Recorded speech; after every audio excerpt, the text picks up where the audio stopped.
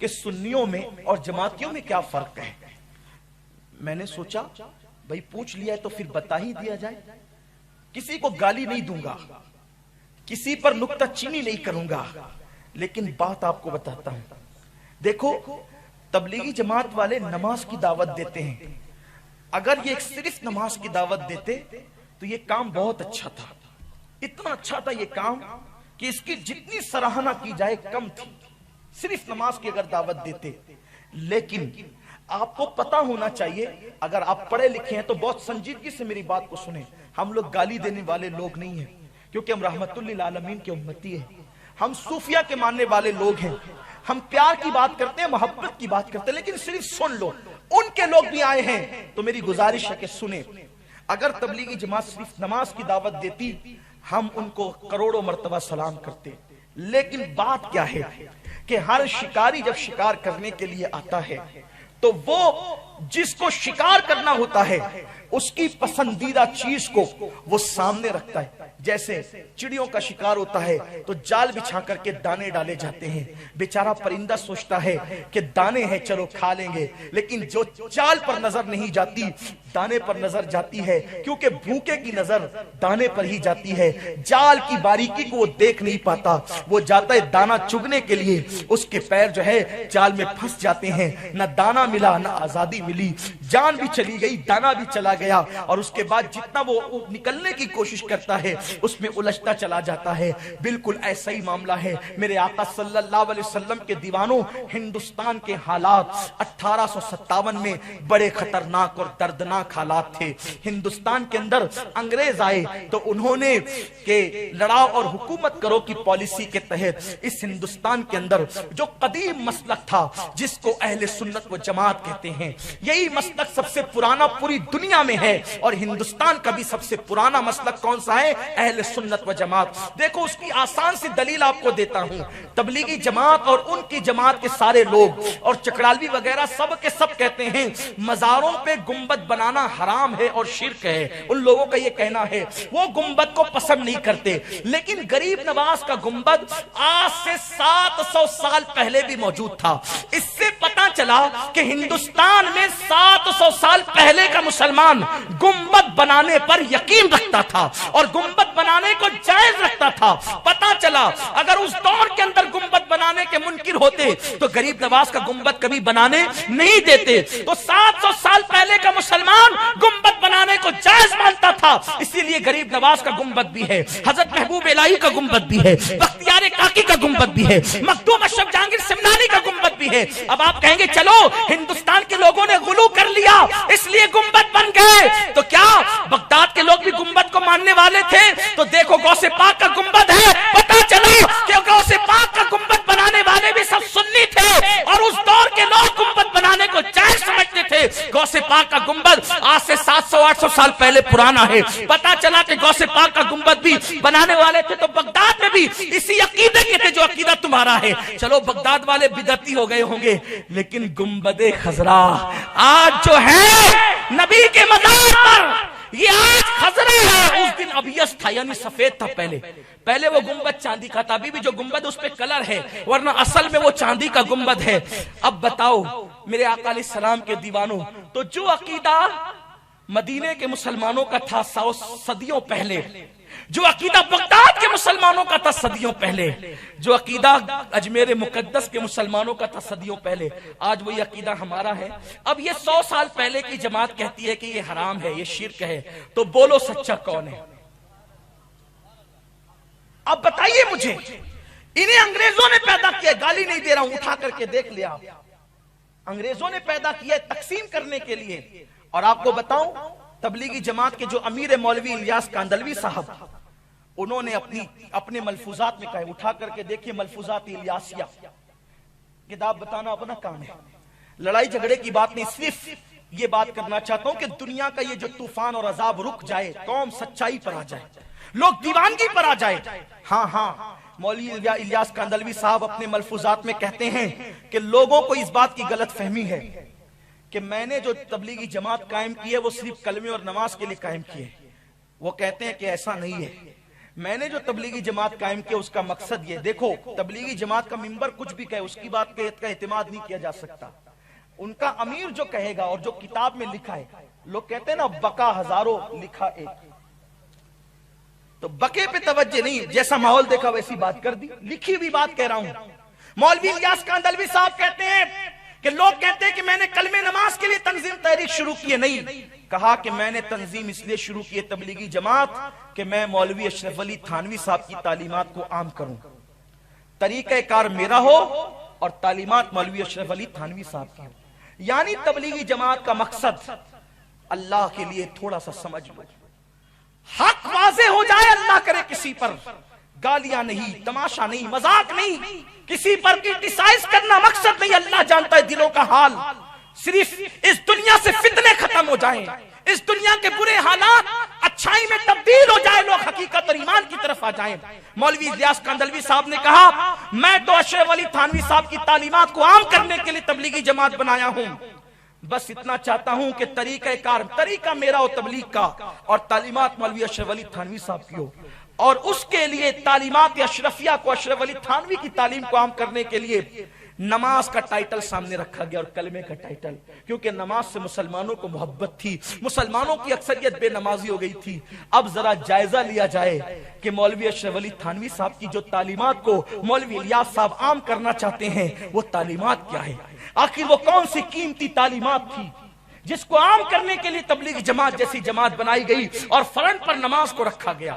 دیکھو سنیوں نے جہاں بات کی ڈنکے کی چوٹ پہ کی، ہم نے کوئی ٹائٹل سامنے نہیں رکھا، ہم نے جو اپنا مقصد تھا وہی سامنے رکھا۔ مولوی اشرف علی تھانوی صاحب کی تعلیمات کیا تھی، ان کی کتاب اٹھا کر کے دیکھے، لوگ کہتے ہیں بڑی قیمتی تھی، وہ قیمتی تعلیمات کیا تھی جس کے لیے تبلیغی جماعت بنی۔ مولوی اشرف علی تھانوی صاحب کی ایک کتاب ہے جس کا نام ہے حفظ الایمان۔ حفظ الایمان نام کی یہ کتاب آج بھی چھپتی ہے، دارالعلوم دیوبند، مکتبہ دیوبند سے بمبئی سے سہارنپور سے آج بھی یہ کتاب چھپتی ہے، چھوٹا سا کتابچہ ہے حفظ الایمان۔ اس حفظ الایمان کے اندر لکھا ہوا ہے کہ جتنا علم نبی کو تھا، توجہ کون سی تعلیم کو عام کرنے کے لیے تبلیغی جماعت بنی تھی، اس میں لکھا ہے وہ تعلیمات کے اندر، حفظ الایمان کے اندر، جتنا علم نبی کو تھا اتنا علم تو پاگلوں کو بھی ہوتا ہے، اتنا علم تو بچوں کو بھی ہوتا ہے، اتنا علم تو جانوروں کو بھی ہوتا ہے۔ یہ تعلیمات تھی اور تبلیغی جماعت یہی تعلیمات کو عام کر رہی ہے۔ وہ جلسوں میں کھل کے نہیں کہتے، اس لیے کہ پردے کے پیچھے کچھ اور ہے اور ٹائٹل کچھ اور ہے۔ جیسے شیعوں کے یہاں اہل بیت کی محبت کا ٹائٹل ہے، پیچھے صحابہ کی گستاخی ہے۔ قادیانیوں کے یہاں ایجوکیشن کا ٹائٹل ہے، پیچھے ختم نبوت کا انکار ہے۔ اسی طریقے سے غیر مقلدوں کے یہاں سامنے صحابہ کی عظمت کا ٹائٹل ہے، پیچھے نبی کی عظمت کا انکار ہے۔ ایسے ہی ہر ایک کے یہاں پس پردہ کچھ ہوتا ہے، لیکن جب انسان نیا نیا ہوتا ہے، نماز روزہ نماز روزہ نماز روزہ۔ ایک بات میں آپ کے سامنے کہنا چاہتا ہوں، اگر تبلیغی جماعت صرف نماز سکھاتی ہے تو 40 دن کی جماعت سے واپس آنے کے بعد آدمی نبی پر کھڑے ہو کے سلام پڑھنے کا انکار کیوں کرتا ہے؟ جب وہاں صرف نماز ہی سکھائی گئی ہے تو سلام کا انکار وہ کیوں کرنے لگا؟ سلام پر تو کوئی بات جماعت میں نہیں ہوئی، لیکن وہ جماعت میں جا کر کے سلام کا منکر کیوں ہو گیا؟ اولیاء اللہ کے مزارات کا انکار کیوں کرنے لگا؟ جب وہاں ایک ہی نقطہ نماز ہے تو وہ واپس آنے کے بعد مزار کا منکر کیوں ہو گیا؟ پتہ چلا پس پردہ کچھ اور ہے، اسے سمجھنا ہوگا، اسے معلوم کرنا ہوگا۔ تبلیغی جماعت میں شامل میرا کوئی سنی بھائی اگر ان کے ساتھ چلا گیا ہے، اگر اس کو میری بات کڑوی لگتی ہے، میں یہاں موجود ہوں، وہ میرے سامنے بیٹھ کے بات کرے، ہم اس کو سمجھائیں گے، اس کو بتائیں گے حقیقت کیا ہے۔ مجھے بتاؤ، تمہارے ایمان کا واسطہ دے کر کے کہتا ہوں سنیوں اور کلمہ پڑھنے والوں، اگر کسی کے بارے میں یہ بات کہی جائے کہ جتنا علم مولانا صاحب کو ہے اتنا تو پاگلوں کو بھی ہوتا ہے، بچوں کو اور جانوروں کو بھی ہوتا ہے، بولو مولانا کی توہین ہے کہ نہیں ہے؟ حضور کی نالین کی توہین انسان کو کافر بنا دیتی ہے، نبی کی توہین کافر نہیں بنائے گی۔ لوگ کہتے ہیں کہ مولانا یہ کافر وہ کافر وہ کافر، آپ لوگ سب کو کافر کہتے ہیں، مسلمان کون ہے؟ ہم کہتے ہیں ہم کافر نہیں کہتے، قرآن نے جن کو کافر کہا ہم ان کو کافر کہتے ہیں، اور ان کو کافر کہنا ہمارے لیے فرض ہے۔ ہمیں وہ پالیسی نہیں چاہیے کہ باغ باغ بھی خوش رہے، راضی رہے، سیاح بھی، کوئی ناراض ہوتا ہے کروڑوں مرتبہ ناراض ہو جائے، ہمیں اللہ کی رضا چاہیے۔ جو نبی کا گستاخ ہے وہ کافر ہے، کافر ہے، کافر ہے۔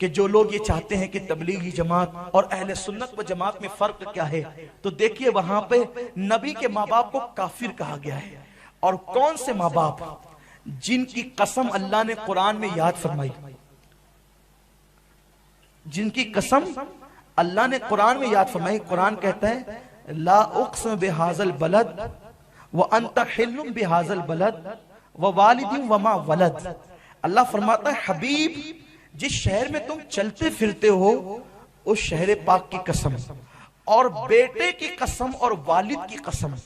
اس سلسلے میں امام فخر الدین رازی کہتے ہیں یہاں والد سے مراد پہلے تو حضرت ابراہیم علیہ السلام ہے، اور نیچے ابراہیم سے لے کر حضرت عبداللہ تک جتنے حضور کے آبا آتے ہیں ان سب کی قسم اللہ نے قرآن میں یاد فرمائی. اب آپ مجھے بتائیں جس عبداللہ کی قسم اللہ قرآن میں یاد فرمائے اس حضرت عبداللہ کو کافر کہا جا رہا ہے. اور وہ آمنہ خاتون، کون سی آمنہ؟ جب سیدہ آمنہ کا وصال ہو گیا، بعد وصال حضور نے پھر ہجرت بھی کی. ہجرت کرنے کے بعد ایک دن ایسا آیا کہ اللہ کے حبیب مسجد نبوی شریف کے کونے میں بیٹھ کر رو رہے ہیں. آقا کی آنکھوں میں آنسو ہے، سرکار رو رہے ہیں. دیکھو آمنہ کون ہے، حضرت آمنہ کا مقام کیا ہے جس کو تبلیغی جماعت کے امیر کے پیر نے کافر کہا ہے. اور مولوی اسماعیل کاندھلوی کا بھی عقیدہ یہی تھا کہ حضور کے ماں باپ کافر ہیں. اور بلکہ رشید احمد گنگوئی صاحب فتاوی رشیدیہ میں یہ بھی کہتے ہیں کہ اللہ جھوٹ بول سکتا ہے. براہین قاطعہ کی تصدیق کرتے ہوئے انہوں نے یہ بات کہی ہے. یہ تو بہت لمبا عنوان چلا جائے گا کیونکہ آپ نے پوچھ لیا ہے تو اس لیے میں تھوڑی سی وضاحت کر رہا ہوں. میرے آقا علیہ السلام کے دیوانوں سوچو کہ اگر ہماری ماں کو کوئی گالی دے دے تو ہماری ماں بے نمازی ہو، روزہ نہیں رکھتی ہو، ان پڑھ ہو، بلکہ جاہل ہو، اس کے بدن پہ ہر وقت میلے کپڑے رہتے ہوں، پھر بھی ماں تو ماں ہوتی ہے. کوئی اس کو گالی دے گا تو وفادار بیٹے کے دل پہ کیا گزرے گی؟ جب نبی کی ماں کو تبلیغی جماعت والوں نے کافر کہا ہوگا تو حضور کے دل پہ کیا گزری ہوگی؟ کیا کسی صحابی کا یہ عقیدہ تھا؟ کسی صحابی نے کہا کہ نبی کے ماں باپ کافر تھے؟ بتاؤ اگر کسی صحابی نے کہا ہو تو نبی کی وہ مقدس ماں اللہ کے حبیب صلی اللہ علیہ وآلہ وسلم مسجد نبوی شریف میں بیٹھ کر رو رہے ہیں. حضور کی آنکھوں میں آنسو ہے. صحابہ نے دیکھا، حضور کے قریب گئے اور پوچھا یا رسول اللہ رونے کا وقت نہیں، حضور کیوں رو رہے ہیں؟ حضور کیوں رونے کی بات کیا ہے؟ حضور کا گھر وہ گھر تھا جس گھر میں کسی چیز کی کمی نہیں تھی. ہر چیز میرے نبی کے گھر میں موجود تھی. جس کے در سے جنت بڑھتی ہو اس گھر میں کیا کمی ہو سکتی ہے؟ آسماں خان، زمین خان، زمانہ مہمان، صاحب خانہ لقب کس کا ہے تیرا تیرا. میرے کریم سے گر قطرہ کسی نے مانگا، دریا بہا دیے ہیں، دربے بہا دیے ہیں. اللہ کے حبیب رو رہے ہیں. صحابہ نے پوچھا حضور کیوں رو رہے ہیں؟ تو میرے آقا فرماتے ہیں آج مجھے میری امی حضرت آمنہ خاتون کی یاد آ گئی ہے. جس کو تبلیغی جماعت کے لوگ کافر کہہ رہے ہیں اس ماں کو یاد کر کے میرے نبی رو رہے ہیں. جب صحابہ نے سنا نا کہ آج مجھے میری امی حضرت آمنہ کی یاد آ گئی، صحابہ بھی رونے لگے. اس لیے کہ صحابہ کو نبی کی تکلیف اپنی تکلیف سے زیادہ گرا تھی اور حضور کی خوشیاں اپنی خوشیوں سے زیادہ عزیز تھی. صحابہ بھی رونے لگے.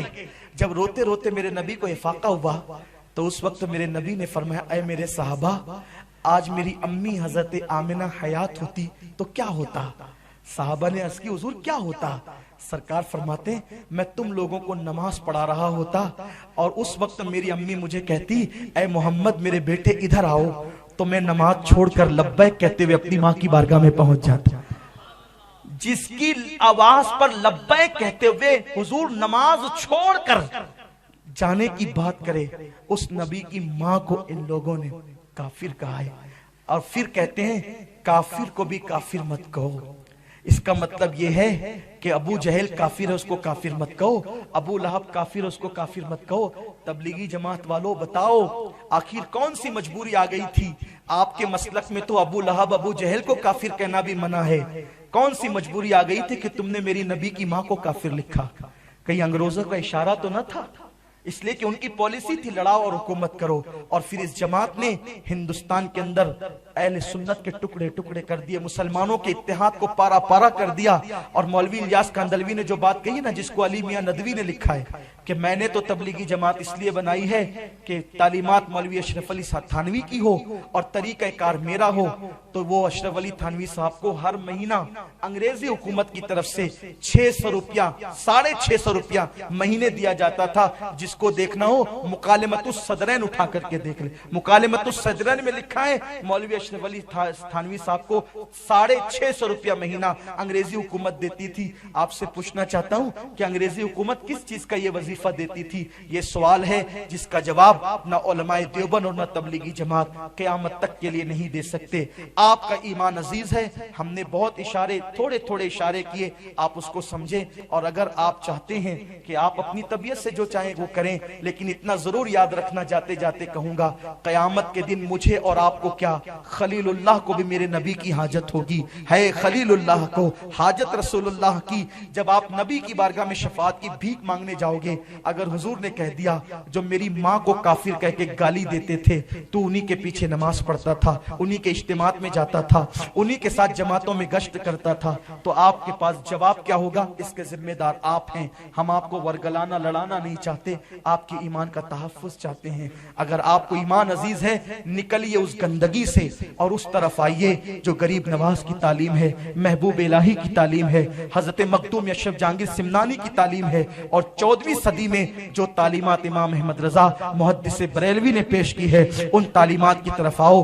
یہ تو سراپا عشق عشق عشق ہی ہے، بلکہ دونوں میں فرق واضح یہ ملے گا، وہاں نبی پہ اعتراضات ملیں گے، یہاں نبی کی طرف سے نبی پر جو اعتراضات کیے گئے ہیں ان اعتراضات کے جوابات ملیں گے۔ وہاں یہ ملے گا آپ کو فرق، یہ وہاں یہ ملے گا نبی مر کر مٹی میں مل گئے، یہاں یہ جواب ملے گا تو زندہ ہے واللہ، تو زندہ ہے واللہ، میرے چشم عالم سے چھپ جانے والے۔ وہاں یہ اعتراض ملے گا نبی کو علم کتنا ہے، یہاں یہ جواب ملے گا اور کوئی غیب کیا تم سے نہا ہو بھلا، جب نہ خدا ہی چھپا تم پہ کروڑوں درود۔ وہاں یہ اعتراض ملے گا کہ نبی کا خیال اگر نماز میں آئے تو نماز کا حال کیا ہوتا ہے، یہاں یہ جواب ملے گا مولا علی نے واری تیری نیند پر نماز، وہ بھی اثر جو سب سے اعلیٰ خطا کی ہے، صدیق بلکہ گاہ میں جان ان پہ دے چکے، اور حفظ جان تو جان فروز و گرہ کی ہے، اور تو نے ان کو جان انہیں پھیر دی نماز پر، وہ تو کر چکے تھے جو کرنی بشر کی ہے، اور تو نماز کی بات کرتا ہے۔ میرے امام نے کہا ثابت ہوا کہ جملہ فرائض فروض ہیں، صرف نماز ہی نہیں بلکہ جملہ فرائض ثابت ہوا کہ جملہ فرائض فروض ہیں، اصل الاصول بندگی استاجور کی ہے۔